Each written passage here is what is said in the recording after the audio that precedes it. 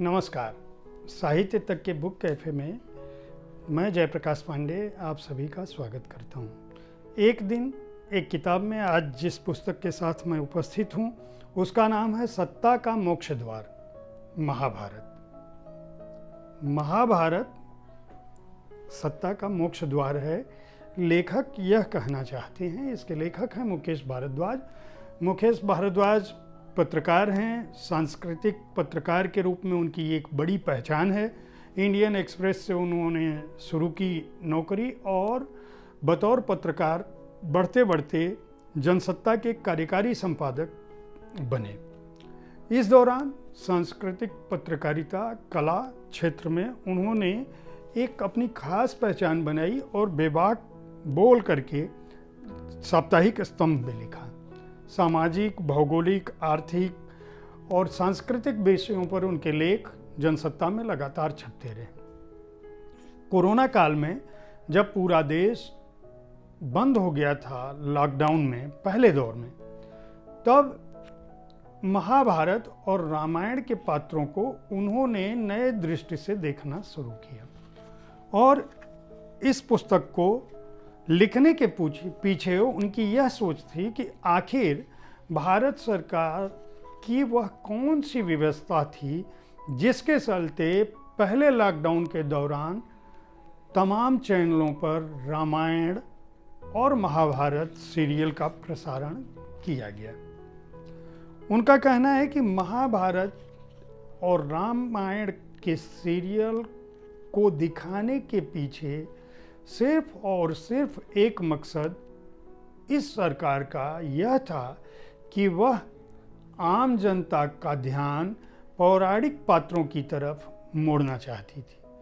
वह नहीं चाहती थी कि कोरोना के दौरान अपने गांव जाते मजदूरों की तस्वीरें, कोरोना के दौरान लोगों की मरती हुई तस्वीरें, कोरोना के दौरान दुर्व्यवस्था, गरीबी, बदहाली और बेबसी के वे चित्र सामने आए जो हमारे समाज की असलियत पर, हमारे समाज की स्थिति पर और हमारे समाज की व्यवस्था पर दरअसल एक काला धब्बा है। किसी भी सरकार का मकसद यह होता है कि जनता उसके राज्य में अच्छे से रहे। इसीलिए इस पुस्तक की भूमिका में उन्होंने राम राज्य के आदर्श की बात की है। उनका कहना है कि राम राज्य ऐसा राज्य था जहां सब कुछ आदर्श की स्थिति में था, लेकिन उस राज्य में भी परीक्षा सीता को देनी। उस राज्य में सीता का पैदा होना जमीन से ही था और अंततः अग्नि परीक्षा के बाद उनको उसी जमीन में समाना पड़ा। फिर भी राम और रावण का युद्ध सत्ता का युद्ध नहीं था, वहाँ एक आदर्श था। आदर्श इस बात का था कि ये एक ऐसा बेटा जिसने अपने पिता की आज्ञा मानकर राजपाट को, राजसत्ता का त्याग कर अपने लिए 14 साल के वनवास को चुना, जिसने अपनी पत्नी की अस्मिता के लिए, अपनी पत्नी को वापस लाने के लिए इस धरती के सबसे ताकतवर साम्राज्य और सबसे ताकतवर बलशाली व्यक्ति रावण के साथ युद्ध किया। लेकिन महाभारत की कथा ऐसी नहीं है। महर्षि वेदव्यास ने जब महाभारत की रचना की तो जो समाज राम राज्य में त्रेता युग में आदर्श था, वह द्वापर तक आते आते इस तरह से भ्रष्ट हो चुका था कि महाभारत हुआ। लेकिन महाभारत के पात्रों का जो चित्रण, जो निरूपण, जो व्याख्या, जो अर्थ आज की पीढ़ी को समझना चाहिए, उससे हमें विमुख किया गया। ये सीरियल सत्य को दिखलाने की जगह, सत्य पर एक तार्किक दृष्टि देने की जगह आपको कुपमंडुकता की तरफ धकेलते हैं, धर्म की अफीम खिलाते हैं, जिसके चलते आप मदहोश होकर ऐसे लोगों को आदर्श मानते हैं जो दरअसल आदर्श थे ही नहीं।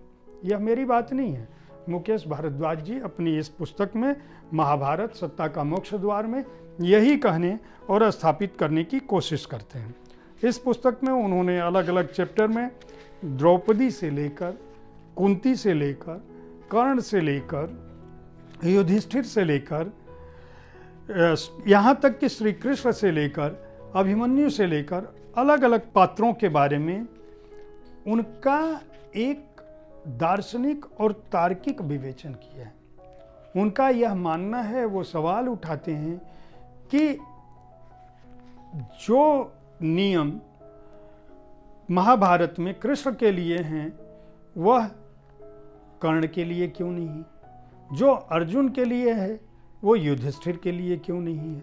तो अलग अलग पात्र किस तरह से अपने को महाभारत में व्याख्यायित करते हैं या हम अपने हिसाब से उनका जो अर्थ निकालते हैं वह क्या है, भीष्म का संदेश क्या है, इसके अलावा श्रीमद् भागवत गीता क्या कहती है, गांधारी का अर्थ क्या है, द्रोणाचार्य के सामने कौन सी स्थितियां हैं, यहाँ तक कि वो बर्बरीक की भी बात करते हैं कि बर्बरीक के सामने कौन सी स्थितियां थी। बर्बरीक कौन था? भीम के पुत्र घटोत्कच का बेटा था।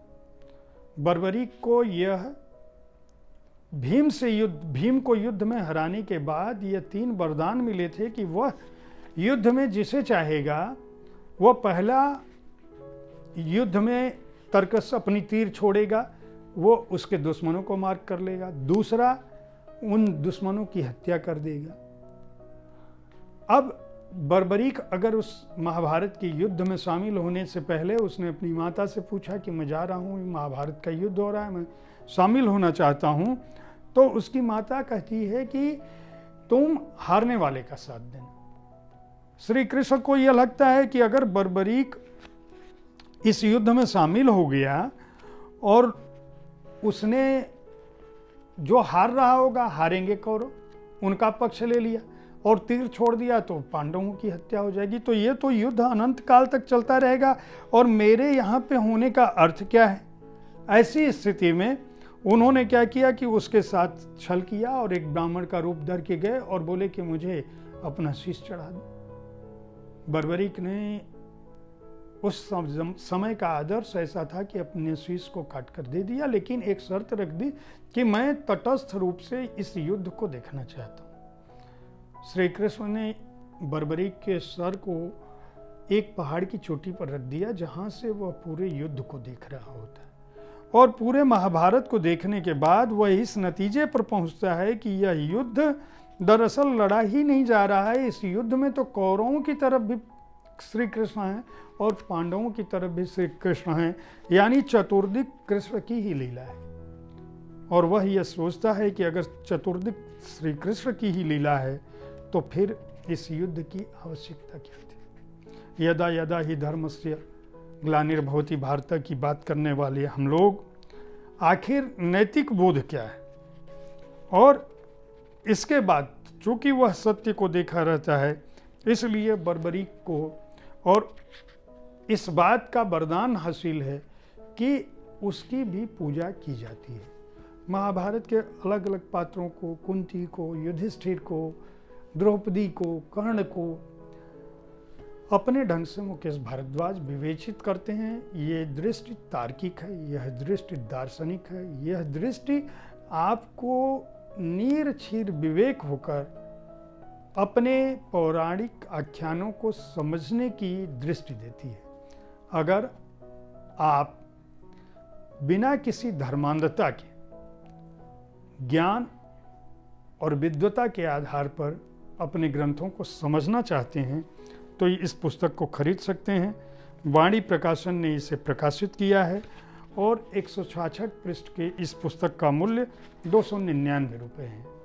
उम्मीद है साहित्य तक का यह एपिसोड आपको पसंद आया होगा। आप अपनी राय से हमें ज़रूर अवगत कराएं।